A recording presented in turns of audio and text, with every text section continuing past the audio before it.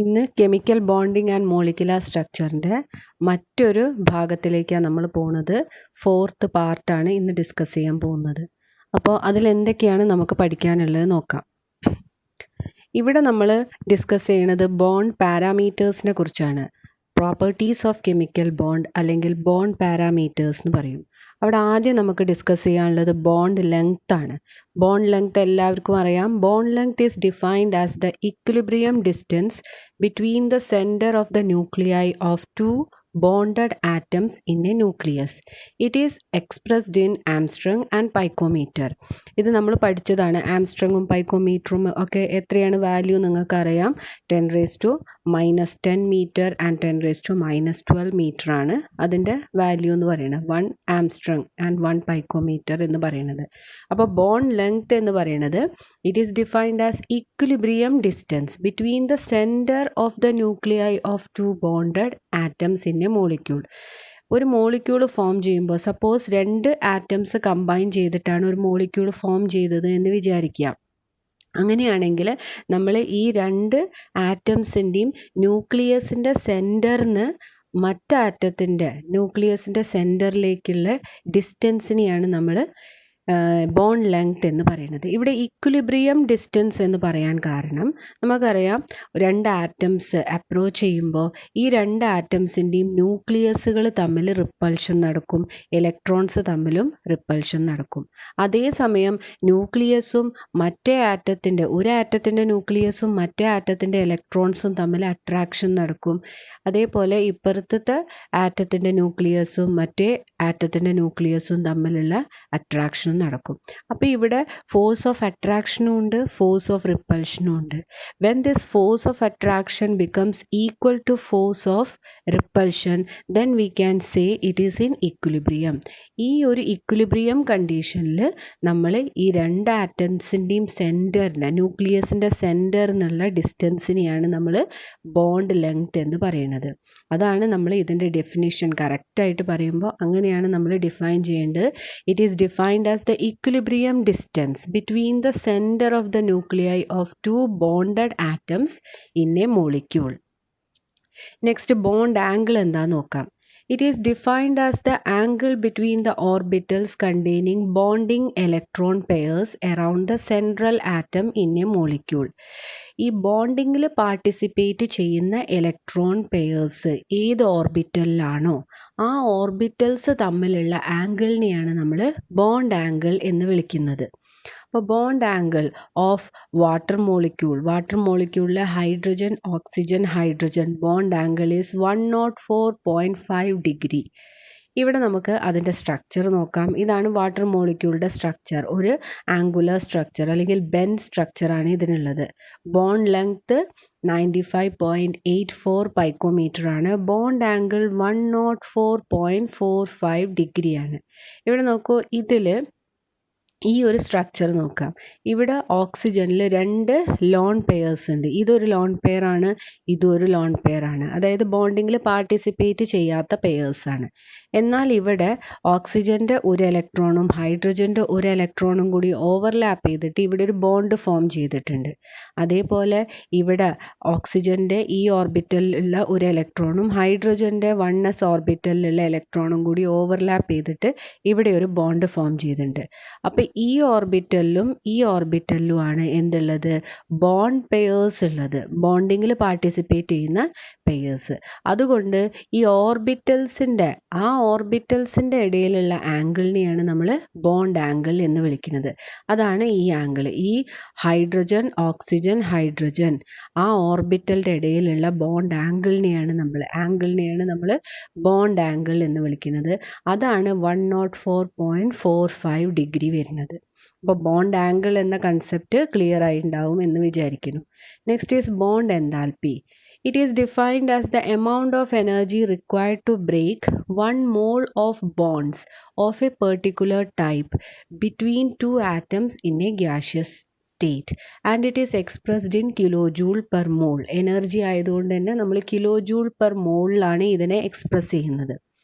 The hydrogen-hydrogen bond enthalpy in hydrogen molecule is 435.8 kilojoule per mole. Hydrogen-hydrogen single bond break ചെയ്യാനുള്ള എനർജിയാണ് 435.8 kilojoule per mole.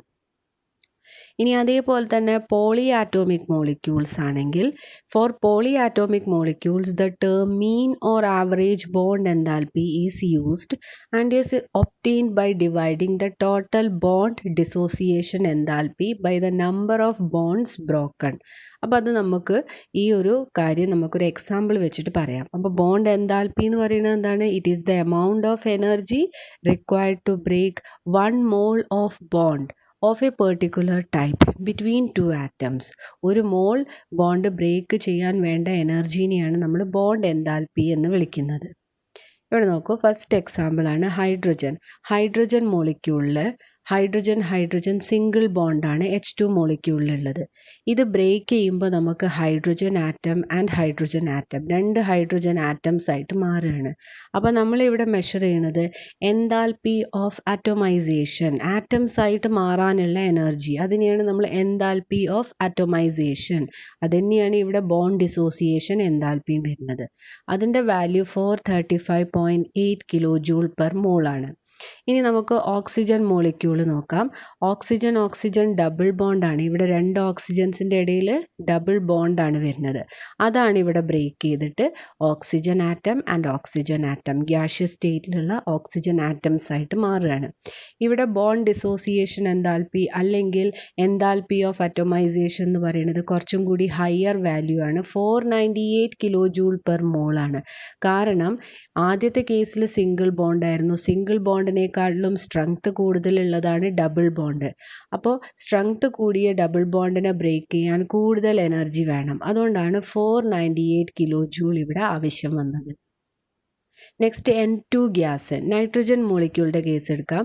Nitrogen triple ബോണ്ടാണ് ഇവിടെ form ചെയ്യുക.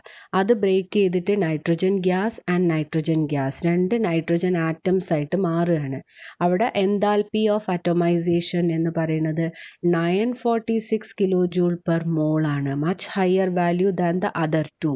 ബാക്കി 2 വാല്യൂസിനെ compare ചെയ്യുമ്പോൾ വളരെ ഹൈ വാല്യൂ ആണ് ഇവിടെ കിട്ടുന്നത്. അപ്പോൾ ഇവിടെ ഇത്രയും ഹൈ വാല്യൂ ആവാനുള്ള കാരണം എന്ന് പറയുന്നത് നൈട്രജൻ ട്രിപ്പിൾ ബോണ്ടാണ്. ട്രിപ്പിൾ ബോണ്ടിന് ഡബിൾ ബോണ്ടിൻ്റെയും സിംഗിൾ ബോണ്ടിനേക്കാട്ടിലും സ്ട്രെങ്ത് കൂടുതലായിരിക്കും. അതുകൊണ്ട് തന്നെ ഇതിനെ ബ്രേക്ക് ചെയ്യാൻ കൂടുതൽ എനർജി നമ്മൾ യൂസ് ചെയ്യണം. അതാണ് ഇവിടെ 946 കിലോജൂൾ പെർ മോൾ വന്നത്. ഇതിനെയാണ് നമ്മൾ ബോണ്ട് ഡിസോസിയേഷൻ എൻതാൽപ്പി എന്ന് പറയുന്നത്. ആറ്റംസ് ആക്കി മാറ്റാനുള്ള എൻതാൽപ്പി, അതിനെയാണ് ബോണ്ട് ഡിസോസിയേഷൻ എൻതാൽപ്പി എന്ന് പറയുന്നത്. ഇനി ഇത്രയും നേരം നമ്മൾ ഡിസ്കസ് ചെയ്തത് ഒരേ ടൈപ്പ് ഓഫ് ആറ്റംസ് തമ്മിലുള്ള ബോണ്ടാണ്. ഇനി നമുക്ക് പോളി ആറ്റോമിക് മോളിക്യൂൾസ് ആണെന്ന് വിചാരിക്കുക. അപ്പോൾ H2O മോളിക്യൂൾ അതിനൊരു എക്സാമ്പിൾ ആണ്. കാരണം 2 ഡിഫറെൻറ്റ് ആറ്റംസ് ഇവിടെ വരുന്നുണ്ട്. 2 ഹൈഡ്രജനും വരുന്നുണ്ട്, 1 ഓക്സിജനും വരുന്നുണ്ട്. അങ്ങനത്തെ കേസിൽ നമ്മൾ mean or average bond dissociation എൻതാൽപ്പിയാണ് കൺസിഡർ ചെയ്യേണ്ടത്. അതിൻ്റെ എക്സാമ്പിൾ നോക്കാം. H2O ഗ്യാസ് അത് ബ്രേക്ക് ചെയ്യുമ്പോൾ ആദ്യം ഒരു OH ബോണ്ട് ബ്രേക്ക് ചെയ്യും. എന്നിട്ട് OH gas plus H gas ആയിട്ട് മാറും. ഹൈഡ്രജൻ ആറ്റമാണ് ഇവിടെ OH ഗ്യാസുമായിട്ട് മാറുകയാണ്. അപ്പോൾ ആദ്യം ഒറ്റ സ്ട്രെച്ചിൽ 2 ബോണ്ടും ബ്രേക്ക് ചെയ്യില്ല. ആദ്യം ഒരു OH ബോണ്ട് ബ്രേക്ക് ചെയ്തിട്ട് ഹൈഡ്രജൻ ഫ്രീ ആവും, ഒരു ഹൈഡ്രജൻ ഫ്രീ ആവും. അതിൻ്റെ വാല്യൂ ബോണ്ട് ഡിസോസിയേഷൻ എൻതാൽപ്പി അല്ലെങ്കിൽ എൻതാൽപ്പി ഓഫ് അറ്റോമൈസേഷൻ എന്ന് പറയുന്നത് 502 കിലോജൂൾ പെർ മോളാണ്. നെക്സ്റ്റ് അടുത്ത സ്റ്റേജിൽ OH ഗ്യാസാണ് ഇനി ബ്രേക്ക് ചെയ്യുക. അത് O gas plus H gas ആയിട്ട് മാറും. ഓക്സിജൻ ആറ്റവും ഹൈഡ്രജൻ ആറ്റവുമായിട്ട് മാറുകയാണ്. അവിടെ എൻതാൽപ്പി ഓഫ് അറ്റോമൈസേഷൻ എന്ന് പറയുന്നത് 427 കിലോജൂൾ പെർ മോളാണ്. അപ്പോൾ നമുക്ക് വാട്ടർ മോളിക്യൂളുടെ ബോണ്ട് ഡിസോസിയേഷൻ എൻതാൽപ്പി എന്താണെന്ന് ചോദിച്ചു കഴിഞ്ഞാൽ 502 കിലോജൂൾ പെർ മോളാണെന്നും പറയാൻ കഴിയില്ല, 427 കിലോജൂൾ പെർ മോളാണെന്നും പറയാൻ കഴിയില്ല. കാരണം ഇതിൻ്റെ രണ്ടിൻ്റെയും കൂടിയും ആവറേജ് വാല്യൂ എടുക്കണം നമ്മൾ ബോണ്ട് ഡിസോസിയേഷൻ എൻതാൽപ്പി കൺസിഡർ ചെയ്യുമ്പോൾ. അപ്പോൾ mean or average bond dissociation enthalpy is equal to ഈ 2 ബോണ്ട് ഡിസോസിയേഷൻ എൻതാൽപ്പീൻ്റെ വാല്യൂസും കൂടി ആഡ് ചെയ്യുക. എന്നിട്ട് എങ്ങനത്തെ അവിടെ എത്ര സച്ച് ബോണ്ട്സ് ഉണ്ട് നോക്കുക. ഇവിടെ വാട്ടർ മോളിക്യൂളിൻ്റെ കേസിൽ 2 OH ബോണ്ട് ഉണ്ട്. അതുകൊണ്ടാണ് നമ്മളിവിടെ ബൈ 2 എന്ന് ചെയ്തത്. ബൈ 2 ചെയ്യാൻ കാരണം 2 ടൈപ്പ് ഓഫ് OH ബോണ്ട് ഉണ്ടായിരുന്നു. അതുകൊണ്ടാണ് ബൈ 2 എന്ന് ചെയ്തത്. അത് ചെയ്യുമ്പോൾ നമുക്ക് 464.5 kJ/mol ആണ് ആൻസർ കിട്ടുക. അതാണ് വാട്ടർ മോളിക്യൂളുടെ ബോണ്ട് ഡിസോസിയേഷൻ എൻതാൽപ്പി ആയിട്ട് കൺസിഡർ ചെയ്യേണ്ടത്. അപ്പോൾ പോളി ആറ്റോമിക് മോളിക്യൂൾസ് നമ്മൾ mean or average bond dissociation എൻതാൽപ്പിയാണ് കൺസിഡർ ചെയ്യേണ്ടത്. Next is bond order. Bond order എന്ന് പറയുന്നത് it is given by the number of bonds between the atoms in a molecule. ഇത് നമ്മൾ ലൂയിസ് കൺസെപ്റ്റ് അനുസരിച്ചുള്ള bond ഓർഡറാണ്. ഈ ചാപ്റ്ററിൽ തന്നെ നമ്മൾ MOT പഠിക്കുമ്പോൾ വേറൊരു ബോണ്ട് ഓർഡർ പഠിക്കുന്നുണ്ട്. അപ്പോൾ ഇപ്പോൾ നമ്മൾ ഓൾഡ് കൺസെപ്റ്റാണ് ഇതിൽ പറയുന്നത്. According to this concept bond order is the number of bonds between the 2 atoms in a molecule. അപ്പോൾ ഹൈഡ്രജൻ സിംഗിൾ ബോണ്ട് ആണെങ്കിൽ ബോണ്ട് ഓർഡർ ഈസ് 1, കാരണം ഒരൊറ്റ ബോണ്ടേ ഉള്ളൂ. ഇനി ഓക്സിജൻ ഡബിൾ ബോണ്ടാണ് O2ലുള്ളത്, അതുകൊണ്ട് 2 ബോണ്ട് ഉണ്ട്. അപ്പോൾ ബോണ്ട് ഓർഡർ ഈസ് 2. N2 മോളിക്യൂളിൽ നൈട്രജൻ ട്രിപ്പിൾ ബോണ്ടാണ്, അപ്പോൾ 3 ബോണ്ട് ഉണ്ട്. So bond order is 3. അങ്ങനെയാണ് നമ്മൾ ബോണ്ട് ഓർഡർ മനസ്സിലാക്കുന്നത്. It is simply the number of bond between 2 atoms. ഇനി isoelectronic molecules and ions ആണെങ്കിൽ they have identical bond orders. അത് നമ്മൾ ഐസോ ഇലക്ട്രോണിക് സ്പീഷീസ് എന്താണെന്നുള്ളത് 3rd ചാപ്റ്ററിൽ ഡിസ്കസ് ചെയ്തതാണ്. They have the same number of electrons but different nuclear charges. അപ്പോൾ അങ്ങനത്തെ സ്പീഷീസിനെയാണ്, അങ്ങനത്തെ മോളിക്യൂൾസിനെയാണ് നമ്മൾ ഐസോ ഇലക്ട്രോണിക് സ്പീഷീസ് എന്ന് പറയുന്നത്. ഇതിൻ്റെ ബോണ്ട് ഓർഡർ എപ്പോഴും സെയിം ആയിരിക്കും. With increase in bond order, നമ്മളിപ്പോൾ പഠിച്ച 3 പാരാമീറ്റേഴ്സ്, ബോണ്ട് പാരാമീറ്റേഴ്സ് തമ്മിൽ നമ്മൾ ഒന്ന് റിലേറ്റ് ചെയ്ത് നോക്കാം. With increase in bond order the bond enthalpy increases. കാരണം ബോണ്ട് ഓർഡർ 3 ആണെങ്കിൽ അതിൻ്റെ മീനിങ് ട്രിപ്പിൾ ബോണ്ട് ആണല്ലോ. അങ്ങനെയാണെങ്കിൽ ബോണ്ട് എൻതാൽപ്പി കൂടുതലാവും, അതിനെ ബ്രേക്ക് ചെയ്യാൻ എനർജി കൂടുതൽ വേണം. And bond length decreases. Triple bond is the shortest bond, പിന്നെ ഡബിൾ ബോണ്ട്, പിന്നെ ഏറ്റവും ലെങ്ത് കൂടിയ ബോണ്ടായിരിക്കും സിംഗിൾ ബോണ്ട്. അപ്പോൾ ബോണ്ട് ഓർഡർ ഇൻക്രീസ് ചെയ്യുമ്പോൾ ബോണ്ട് എൻതാൽപ്പി ഇൻക്രീസ് ചെയ്യും, പക്ഷേ ബോണ്ട് ലെങ്ത് ഡിക്രീസ് ചെയ്യുകയാണ് ചെയ്യുക. അങ്ങനെ നമുക്ക് ഈ 3 പാരാമീറ്റേഴ്സും തമ്മിലൊന്ന് കോറിലേറ്റ് ചെയ്യാവുന്നതാണ്. ഐസോ ഇലക്ട്രോണിക് സ്പീഷീസിൻ്റെ കുറച്ച് എക്സാമ്പിൾസ് നോക്കാം. ഇവിടെ F2 ആൻഡ് O2 ഇതിൽ 18 ഇലക്ട്രോൺസ് ആണ് രണ്ടിനും ഉള്ളത്. അങ്ങനെയാണെങ്കിൽ നമുക്ക് ഒന്നിൻ്റെ ബോണ്ട് ഓർഡർ അറിയുകയാണെങ്കിൽ ബാക്കിയുള്ളതിൻ്റെ ബോണ്ട് ഓർഡർ നമുക്കതൊന്ന് ഗസ് ചെയ്യാവുന്നതാണ്. കാരണം ഇവിടെ ഫ്ലൂറിൻ F2 മോളിക്യൂൾ ഫോം ചെയ്യുമ്പോൾ ഫ്ലൂറിൻ സിംഗിൾ ബോണ്ടാണ് നമുക്ക് എല്ലാവർക്കും അറിയും. അങ്ങനെയാണെങ്കിൽ O2 ബോണ്ട് ഓർഡർ എന്തായിരിക്കും? 1 ആയിരിക്കും. കാരണം F2ൻ്റെ അതേ ബോണ്ട് ഓർഡർ ആയിരിക്കും O2 ഉണ്ടാവുക. കാരണം both of them are iso electronic species. ഇനി അടുത്ത എക്സാമ്പിൾ N2CO ആൻഡ് NO+. അവിടെ എല്ലാത്തിനും 14 ഇലക്ട്രോൺസ് ആണ് വരുന്നത്, 14 ഇലക്ട്രോൺസ് ആണ് വരുന്നത്. അങ്ങനെയാണെങ്കിൽ ബോണ്ട് ഓർഡർ 3 ആണ്. കാരണം N2 മോളിക്യൂളിൻ്റെ ബോണ്ട് ഓർഡർ നമുക്ക് എല്ലാവർക്കും അറിയാം, നൈട്രജൻ ട്രിപ്പിൾ ബോണ്ടാണ്. അതുകൊണ്ട് ബോണ്ട് ഓർഡർ ഈസ് 3. സോ ഇവിടെ ബാക്കി CO മോളിക്യൂൾ ആണെങ്കിലും NO+ ആണെങ്കിലും ബോണ്ട് ഓർഡർ സെയിം ആയിരിക്കും, 3 തന്നെയായിരിക്കും അതിൻ്റെയും bond order. So for isoelectronic species the bond order is same. Next resonance സ്ട്രക്ചറാണ് നമുക്ക് പഠിക്കാനുള്ളത്. In case of certain molecules a single structure cannot explain all the properties of the molecule. ചില കേസസിൽ ഒരു single structure വെച്ചിട്ട് നമുക്ക് ആ മോളിക്യൂളിൻ്റെ എല്ലാ പ്രോപ്പർട്ടീസും explain ചെയ്യാൻ കഴിയില്ല.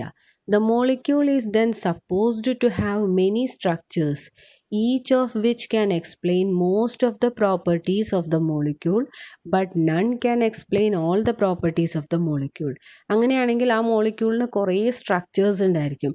ആ സ്ട്രക്ചേഴ്സിൻ്റെ പ്രത്യേകത എന്ന് പറയുന്നത് അതിന് പല പ്രോപ്പർട്ടീസും എക്സ്പ്ലെയിൻ ചെയ്യാൻ കഴിയും, എന്നാൽ കംപ്ലീറ്റ് ആയിട്ട് എല്ലാ പ്രോപ്പർട്ടീസും എക്സ്പ്ലെയിൻ ചെയ്യാൻ കഴിയില്ല.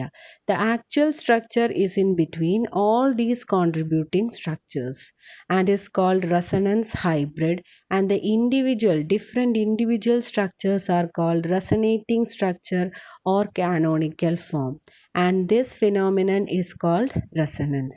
അപ്പോൾ ആക്ച്വൽ സ്ട്രക്ചർ എന്ന് പറയുന്നത് ഈ സ്ട്രക്ചറിൻ്റെ എല്ലാത്തിൻ്റെയും കൂടി ഒരു കമ്പൈൻഡ് എഫക്റ്റ്, അതിനെയാണ് നമ്മൾ റെസണൻസ് ഹൈബ്രിഡ് എന്ന് പറയുന്നത്. ആ ഓരോ ഇൻഡിവിജ്വൽ സ്ട്രക്ചേഴ്സിനെയും നമുക്ക് റെസണേറ്റിംഗ് സ്ട്രക്ചർ എന്ന് വിളിക്കാം, അല്ലെങ്കിൽ കാനോണിക്കൽ ഫോംസ് എന്ന് വിളിക്കാം. ഈ ഒരു ഫിനോമിനന്നെയാണ് നമ്മൾ റെസണൻസ് എന്ന് പറയുന്നത്. അപ്പോൾ റെസണൻസ് എന്ന് പറയുമ്പോൾ എന്താണ്, അത് കുറേ സ്ട്രക്ചേഴ്സിൻ്റെ ഒരു മിക്സ്ചറാണ് റെസണൻസ് ഹൈബ്രിഡ് എന്ന് പറയുന്നത്. അപ്പോൾ എല്ലാ സ്ട്രക്ചറിൻ്റെയും കൂടി ഒരു കമ്പൈൻഡ് എഫക്റ്റിനെയാണ് റെസണൻസ് ഹൈബ്രിഡ് എന്ന് പറയുന്നത്. ഒരു എക്സാമ്പിൾ പറയുമ്പോൾ നിങ്ങൾക്ക് ഈ കൺസെപ്റ്റ് ഒന്നും കൂടിയും ക്ലിയർ ആവും. Consider the example of ozone molecule. നമ്മൾ കഴിഞ്ഞ ദിവസം ഓസോണിൻ്റെ ലൂയിസ് റെപ്രസെൻറ്റേഷൻ പഠിച്ചതായിരുന്നു. അപ്പോൾ ലൂയിസ് റെപ്രസെൻറ്റേഷൻ പഠിക്കുമ്പോൾ നമുക്ക് ഇങ്ങനെ ഒരു സ്ട്രക്ചറാണ് കിട്ടിയത്. ഇവിടെ ഡബിൾ ബോണ്ട് എന്ന് പറയുന്നത് ഈ രണ്ട് ഓക്സിജൻ്റെ ഇടയിലാവാം, അല്ലെങ്കിൽ ഈ സ്ട്രക്ചറിൽ നമുക്ക് ഈ രണ്ട് ഓക്സിജൻ്റെ ഇടയിലാണ് വന്നത്. അതിൽ ഏത് സ്ട്രക്ചർ വേണമെങ്കിലും ആവാം. അതാണ് ഈ ഡബിൾ ഹെഡഡ് ആരോ ഇവിടെ കാണിക്കുന്നത്. ഇതിൽ ഓസോണിൻ്റെ സ്ട്രക്ചർ ഏത് വേണമെങ്കിലും ആവാം. ഇനി ഈ ഒരു സ്ട്രക്ചറിൽ ഈ ഓക്സിജൻ സിംഗിൾ ബോണ്ടിൻ്റെ ബോണ്ട് ലെങ്ത് 148 പൈക്കോമീറ്റർ ആണ്. എന്നാൽ ഓക്സിജൻ ഡബിൾ ബോണ്ടിൻ്റെ ബോണ്ട് ലെങ്ത് 121 പൈക്കോമീറ്റർ ആണ്. എന്നാൽ ഇവിടെയാണ് ഈ സ്ട്രക്ചറിൽ ഇവിടെയാണ് ഡബിൾ ബോണ്ട് വരുന്നത്. അപ്പോൾ ഇവിടെ 121 പൈക്കോമീറ്ററും സിംഗിൾ ബോണ്ട് ഉള്ള സ്ഥലത്ത് 148 പൈക്കോമീറ്ററുമാണ് വരിക. അപ്പോൾ ഇതിനെയാണ് നമ്മൾ റെസണൻസ് സ്ട്രക്ചർ 1 അല്ലെങ്കിൽ കാനോണിക്കൽ സ്ട്രക്ചർ നമ്പർ 1 എന്ന് പറയുന്നത്. ഇതിനെയാണ് കാനോണിക്കൽ സ്ട്രക്ചർ നമ്പർ 2 എന്ന് പറയുന്നത്. പക്ഷേ നമ്മളുടെ സ്റ്റഡീസ് റിവീൽ ചെയ്തത് ഓസോണിൽ oxygen bond length is neither 148 picometre nor 121 picometre. Oxygen bond length 148 പൈക്കോമീറ്ററും അല്ല, എന്നാൽ 121 പൈക്കോമീറ്ററും അല്ല. ഇതിൻ്റെ രണ്ടിൻ്റെയും കൂടിയും ഇടയിലുള്ള ഒരു ആവറേജ് വാല്യൂ ആണ് ഓക്സിജൻ ബോണ്ട് ലെങ്ത്. അതായത് ആക്ച്വൽ ഓക്സിജൻ ബോണ്ട് ലെങ്ത് എന്ന് പറയുന്നത് 128 പൈക്കോമീറ്റർ ആണ്. And both oxygen bond length is same. രണ്ടും ഡിഫറെൻ്റ് അല്ല, സെയിം ആണ്. 128 പൈക്കോമീറ്റർ ഈ സൈഡിലും വരും, 128 പൈക്കോമീറ്റർ ഈ സൈഡിലും വരും. ഇനി ഈ ഡോട്ടഡ് ലൈൻ ഇൻഡിക്കേറ്റ് ചെയ്യുന്നത് it is neither single bond nor double bond. ഇവിടെ സിംഗിൾ ബോണ്ടും അല്ല, ഇത് ഡബിൾ ബോണ്ടും അല്ല എന്നാണ് ഇൻഡിക്കേറ്റ് ചെയ്യുന്നത്. അതിൻ്റെ രണ്ടിൻ്റെയും കൂടി ഒരു കമ്പൈൻഡ് എഫക്റ്റാണ് ആക്ച്വൽ ബോണ്ട് എന്ന് പറയുന്നത്. ആൻഡ് ഈ ഒരു സ്ട്രക്ചറിനെയാണ് നമ്മൾ റെസണൻസ് ഹൈബ്രിഡ് സ്ട്രക്ചർ എന്ന് പറയുന്നത്. And this is the combination of these two structures. Structure 1 canonical structure number 1 and canonical structure number 2. ഇതിൻ്റെ രണ്ടിൻ്റെയും കൂടി ഒരു കമ്പൈൻഡ് എഫക്റ്റാണ് ഇവിടെ താഴെ വരച്ചിട്ടുള്ളത്. ഈ സ്ട്രക്ചറിനാണ് ഓസോൺ മോളിക്യൂളിൻ്റെ എല്ലാ പ്രോപ്പർട്ടീസും കംപ്ലീറ്റ് ആയിട്ട് എക്സ്പ്ലെയിൻ ചെയ്യാൻ കഴിയുന്ന ഒരു സ്ട്രക്ചർ എന്ന് പറയുന്നത് റെസണൻസ് ഹൈബ്രിഡ് സ്ട്രക്ചറാണ്. So these two structures are only those structures which lead to this resonance hybrid structure. ഈ റെസണൻസ് ഹൈബ്രിഡ് സ്ട്രക്ചറിലേക്ക് നമ്മളെ നയിക്കുന്ന രണ്ട് സ്ട്രക്ചേഴ്സ് മാത്രമാണ് ഈ കാനോണിക്കൽ സ്ട്രക്ചേഴ്സ് അല്ലെങ്കിൽ resonating structures. Actual structure is resonance hybrid structure and this structure can explain all the properties of ozone molecule. ഇനി വേറൊരു എക്സാമ്പിൾ നോക്കാം. കാർബണേറ്റ് CO3 കാർബണേറ്റ് അയോണിൻ്റെ ഡിഫറെൻറ്റ് റെസണേറ്റിംഗ് സ്ട്രക്ചേഴ്സാണ്. ഇത് റെസണേറ്റിംഗ് സ്ട്രക്ചർ അല്ലെങ്കിൽ canonical structure number 1, canonical structure number 2 and canonical structure number 3. ഇവിടെയൊക്കെ double headed ആരോ ഇതിൻ്റെ ഇടയിൽ കൊടുത്തിട്ടുണ്ട്. കാരണം ഡബിൾ ബോണ്ട് ഇവിടെ ആവാം, അല്ലെങ്കിൽ ഈ ഓക്സിജൻ ആൻഡ് കാർബണിൻ്റെ ഇടയിലാവാം, അല്ലെങ്കിൽ ഈ ഓക്സിജൻ ആൻഡ് കാർബണിൻ്റെ ഇടയിലാവാം. ഇതെല്ലാതും കാർബണേറ്റ് അയോണിൻ്റെ റെസണേറ്റിംഗ് സ്ട്രക്ചറാണ്. അപ്പോൾ ഇവിടെ നമ്മളുടെ സ്റ്റഡീസ് റിവീൽ ചെയ്തത് കാർബൺ ഓക്സിജൻ ബോണ്ട് ലെങ്ത് എന്ന് പറയുന്നത് it is neither single bond nor double bond. Actual structure is combination of all these three structures and that structure is known as resonance hybrid structure. അതാണ് ഇവിടെ കൊടുത്തിട്ടുള്ളത്. ഇതാണ് actually carbonate അയോണിൻ്റെ structure. ഈ dotted lines indicate ചെയ്യുന്നത് it is neither single bond nor double bond. അതിൻ്റെ രണ്ടിൻ്റെയും ഇടയിലുള്ളൊരു എഫക്റ്റാണ് ഈ dotted line അവിടെ ക്രിയേറ്റ് ചെയ്യുന്നത്. അപ്പോൾ അതിനനുസരിച്ചാണ് അതിൻ്റെ ബോണ്ട് ലെങ്ത്തും കാര്യങ്ങളൊക്കെ വരുന്നത്. And this structure can explain all the properties of carbonate ion, and all these three structures are canonical structures which leads to this resonance hybrid structure. Next ഒരു എക്സാമ്പിളും കൂടി ബെൻസീൻ്റെ സ്ട്രക്ചർ നോക്കാം. ബെൻസീൻ്റെ സ്ട്രക്ചർ നിങ്ങൾ പഠിച്ചിട്ടുണ്ടാവും. ഇവിടെ ബെൻസീനിൽ ഇവിടെ കാർബൺ കാർബൺ ഡബിൾ ബോണ്ട് വന്നു, പിന്നെ അടുത്ത alternate പൊസിഷനിൽ ഇവിടെ വന്നു, ഇനി ഇത് വന്നു. ഇതിനെ നമുക്ക് കാനോണിക്കൽ സ്ട്രക്ചർ നമ്പർ 1 എന്ന് വിളിക്കാം. ഇനി അടുത്ത സ്ട്രക്ചറിൽ ഇവിടെയല്ല ഡബിൾ ബോണ്ട്, ഇതിൻ്റെ തൊട്ടടുത്തുള്ള പൊസിഷനിൽ ഇവിടെയാണ് ഡബിൾ ബോണ്ട് വന്നത്. പിന്നെ ഒന്നിടവിട്ടിട്ട് ഇവിടെ വന്നു, ഇവിടെ വന്നു. അപ്പോൾ ഈ രണ്ട് സ്ട്രക്ചേഴ്സിൽ ഡിഫറെൻറ്റ് പൊസിഷൻസിലാണ് കാർബൺ കാർബൺ ഡബിൾ ബോണ്ട് വരുന്നത്. അപ്പോൾ ഈ രണ്ട് സ്ട്രക്ചേഴ്സിനെ നമുക്ക് കാനോണിക്കൽ സ്ട്രക്ചേഴ്സ് എന്ന് വിളിക്കാം. ഇവിടെ ഡബിൾ ഹെഡഡ് ആരോ നിങ്ങൾക്ക് കാണാം. ഇനി ആക്ച്വൽ ബെൻസീൻ്റെ സ്ട്രക്ചർ എന്ന് പറയുന്നത് neither this one nor this one. Actual structure is resonance hybrid structure. And ഇവിടെ ഒരു ഡോട്ടഡ് സർക്കിൾ വരച്ചിട്ടുണ്ട്. അതിൻ്റെ മീനിങ് എന്ന് പറയുന്നത് കാർബൺ കാർബൺ ഡബിൾ ബോണ്ട് എന്ന് പറയുന്നത് ഈ കാർബൺ ഇവിടെയും അല്ല ഇവിടെയല്ല, ഇവിടെ ഒരു സിംഗിൾ ബോണ്ടിൻ്റെയും ഡബിൾ ബോണ്ടിൻ്റെയും ഇടയിലുള്ളൊരു എഫക്റ്റാണ് ഈച്ച് കാർബൺ കാർബൺ ബോണ്ടിന് വരുന്നത്. ആ ഒരു കൺസെപ്റ്റ് നമ്മളെ അടുത്തേക്ക് എത്തിക്കാൻ വേണ്ടിയിട്ടാണ് ഇവിടെ ഒരു ഡോട്ടഡ് സർക്കിൾ വരച്ചിട്ടുള്ളത്. അപ്പോൾ അവിടെ ഫിക്സഡ് അല്ല, കാർബൺ കാർബൺ ഡബിൾ ബോണ്ട് ഒരു സ്ഥലത്തും ഫിക്സഡ് അല്ല, അത് എവിടെ വേണമെങ്കിലും ആവാം. അതുകൊണ്ട് എല്ലാ കാർബൺ കാർബൺ ബോണ്ടിൻ്റെയും നേച്ചർ എന്ന് പറയുന്നത് it is in between single bond and double bond. പിന്നെ നമ്മൾ ഒന്നും കൂടി സൗകര്യത്തിന് വേണ്ടിയിട്ട് ഒരു സർക്കിൾ തന്നെ വരയ്ക്കാറുണ്ട്. ഈ ഡോട്ടഡ് സർക്കിൾ വരയ്ക്കുന്നതിന് പകരം നമ്മൾ ചിലപ്പോൾ ബെൻസീൻ വരയ്ക്കുമ്പോൾ ഇങ്ങനെ ഒരു സർക്കിൾ തന്നെ സെൻറ്ററിൽ വരയ്ക്കാറുണ്ട്. അപ്പോൾ അതെന്ന് പറയുന്നത് ബെൻസീൻ്റെ റെസണൻസ് ഹൈബ്രിഡ് സ്ട്രക്ചറാണ് നമ്മൾ വരയ്ക്കുന്നത് എന്ന് മനസ്സിലാക്കി വയ്ക്കുക. And these two structures leads to this resonance hybrid structure. നമ്മളെ റെസണൻസ് ഹൈബ്രിഡ് സ്ട്രക്ചറിലേക്ക് നയിക്കുന്ന രണ്ട് സ്ട്രക്ചേഴ്സ് മാത്രമാണ് ഈ രണ്ട് കാനോണിക്കൽ സ്ട്രക്ചേഴ്സ്. ഇനി നമുക്ക് റെസണൻസ് സ്ട്രക്ചറിനെ കുറിച്ച് കുറച്ചും കൂടി ഡീറ്റെയിൽസ് നോക്കാം. Resonance stabilizes the molecule as the energy of resonance hybrid is less than the energy of any single canonical form. ഈ കാനോണിക്കൽ ഫോംസിനേക്കാളും എനർജി കുറവായിരിക്കും റെസണൻസ് ഹൈബ്രിഡ് സ്ട്രക്ചറിന്. അപ്പോൾ റെസണൻസ് ഹൈബ്രിഡ് സ്ട്രക്ചർ എന്താ ചെയ്യുന്നത്? മോളിക്യൂളുടെ എനർജി കുറച്ചിട്ട് അതിന് സ്റ്റെബിലിറ്റി കൂട്ടുകയാണ് ചെയ്യുന്നത്. അതാണ് resonance stabilises the molecule because it reduces the energy of the molecule. അപ്പോൾ സിംഗിൾ കാനോണിക്കൽ ഫോംസിനേക്കാളും സിംഗിൾ കാനോണിക്കൽ സ്ട്രക്ചറിനേക്കാളും എനർജി കുറവായിരിക്കും റെസണൻസ് ഹൈബ്രിഡ് സ്ട്രക്ചറിന്.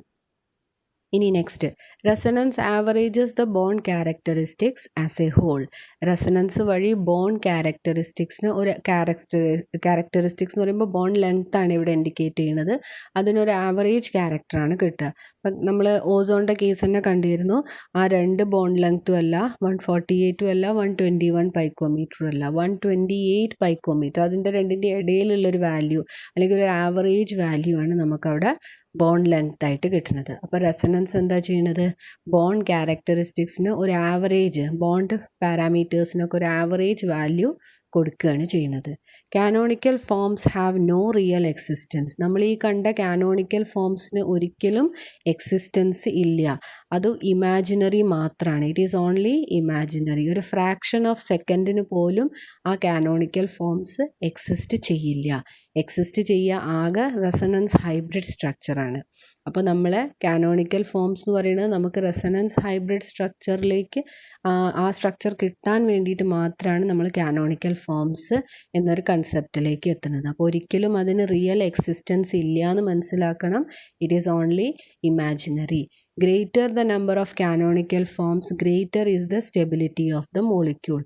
കാനോണിക്കൽ ഫോംസിൻ്റെ എണ്ണം കൂടുന്നതിനനുസരിച്ച് മോളിക്യൂളുടെ സ്റ്റെബിലിറ്റി കൂടുകയാണ് ചെയ്യുക. അപ്പോൾ കാനോണിക്കൽ ഫോം എന്ന് പറയുന്നത് തിയററ്റിക്കൽ കൺസെപ്റ്റാണ്. റെസണൻസ് ഹൈബ്രിഡ് ആണ് ആക്ച്വലി പ്രാക്ടിക്കൽ കൺസെപ്റ്റ് എന്ന് പറയുന്നത്. അപ്പോൾ ഇത്രയാണ് റെസണൻസിനെ കുറിച്ച് പറയുന്നത്. റെസണൻസ് ഹൈബ്രിഡ് എന്താ ചെയ്യുക? മോളിക്യൂളുടെ എനർജീനെ കുറച്ചിട്ട് അതിന് സ്റ്റെബിലിറ്റി കൂട്ടുകയാണ് ചെയ്യുക. അപ്പോൾ ഇത്രയാണ് നമ്മൾ ബോണ്ട് പാരാമീറ്റേഴ്സ് എന്ന് പറയുന്നത്. അപ്പോൾ നമ്മളിന്ന് പഠിച്ചത് bond length, bond angle, bond enthalpy, bond order and resonance structure.